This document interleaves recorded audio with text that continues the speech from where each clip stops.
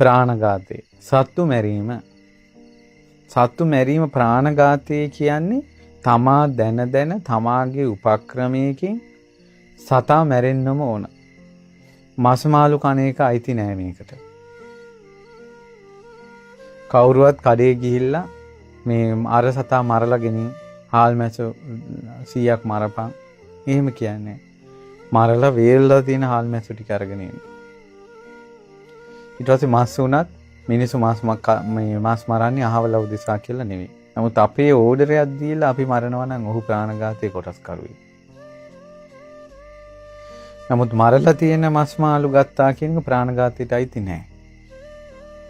මොකද මම ඒ කාරණාව මෙතන සීකලේ මගෙන් අහලා තියෙනවා. ධර්මයේ ඉක්මෙන්ට කැමති පොඩි ළමයි පවා අහලා තියෙනවා. ස්වාමීනි මාළු කෑවොත් මස් කෑවොත් ප්‍රාණඝාතයට අහු වෙනවද? ඉතින් මං කිව්වා මාළු මරන්න යන මිනිස්සයා මං ඔය පුතාගේ නම මොකද්ද? රසෝනේ පුතාගේ නම මොකක් හරි කිව්වා කුමාර කියලා කිව්වා කියන්නකො. ඊට පස්සේ මං කිව්වා හරි කොළඹ ඉන්න කුමාරට කෑම පිණිසයි මේ මාළුව අල්ලන්නේ කියලා මේ මිනිස්සු ඔයාගේ ඕඩර් එකකට ඔයා උදෙසා මාළු අල්ලනවද කියලා හෙව්වා. ඊට පස්සේ නෑ කිව්වා. මං කිව්වා ඔයා කන්නේ කියලා මේ මිනිස්සු මාළු අල්ලන එක නතර කරනවද කියලා හෙව්වා. එහෙමත් නෑ කිව්වා. ඉතින් ඒ නිසා මේ ප්‍රාණඝාතය මොකද්ද ප්‍රාණඝාතය නොවන්නේ මොකද්ද කියලා හොඳට තේරුම් ගන්න ඕන. සිල්පදේ හරියට තේරුම් ගන්න එක සම්මා දිට්ඨියට හේතු වෙන කාරණාවක්. එහෙනම් දැන සත්තු මැරීම අකුසලයක්. සමහර අය ඉන්නවා මధుරව මේ පතාස් ගාලා තලන්න පුරුදු වෙලා. අත නිකම්ම පුංචි වේදනාවක් ආපු ගමන් අත නිකම් පතාස් ගාලා යනවා. එච්චර පුරුදු වෙලා ප්‍රාණඝාතය.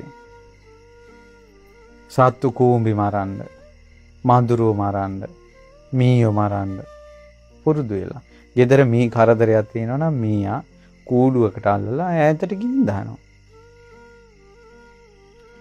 මීයන්ට විසඳුමක් විදිහට පූසගෙන ආවා කියලා කියන එක එයාගේ නුවණ නෙවෙයි.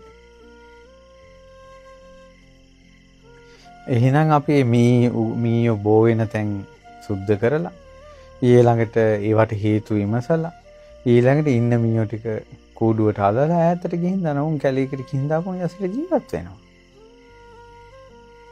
කැරපොත්ත නම් කැරපොත්ත ඇති වෙන්න විදලා හරියන්නේ නැහැ. කැරපොත්ත ඇති වෙන්නේ අපිරිසුදුකමත් එක්ක. එතකොට අපිරිසුදුකමක් ඕන කඩේකට ඇවිල්ලා කැරපොත්තන්ට මේ විදින්න බෙහෙත් ගෙනියන කෙනෙක් ඉන්නවා නම් අනිවාර්යෙන් දැනගන්න ගෙදර අතුපතු ගාගෙන ඉන්න જાතියක් නන් නෙවෙයි කියලා. කොට්ටමෙට්ටම සතියකට සැරයක් හොඳට අවුවට දාලා ගේ හොඳට බඩු අඩු කරගන්න ඕන. සමහර අයට මහා ප්‍රේතකමක් තියෙනවනේ මුළු ගේම බඩු පුරව ගන්න. අඩිය තියන්න තැනක් නැහැ දනිස් වදිනවා පුටු මේසවල. ඉඳ ගන්න දෙන්නේ නැහැ. සෝෆා සෙට් ඔක්කොම එක තැනකට රොත් කරලා මේ ඊටි කවර වලින් වහලා මල් තියලා තියෙනවා. ඉඳ ගන්න දෙන්නේ නැහැ කාටවත්.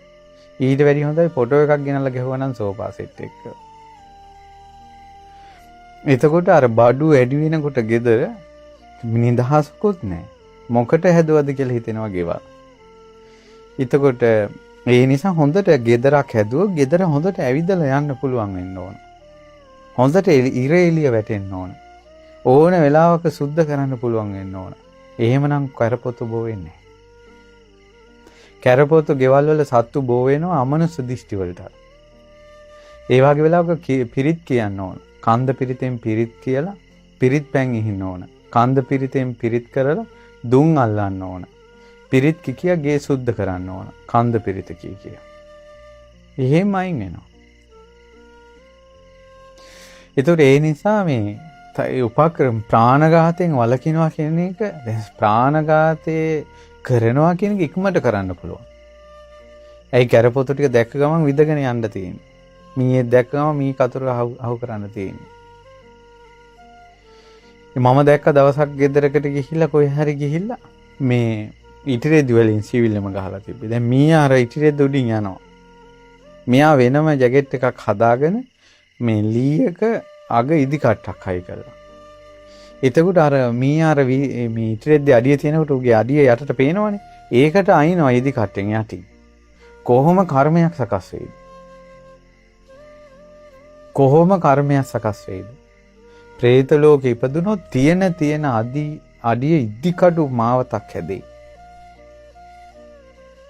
භයානකම ප්‍රාණඝාතෙන් සත්ව හිංසාවෙන් වැළකෙන්නේ නැති එකේ විපාක.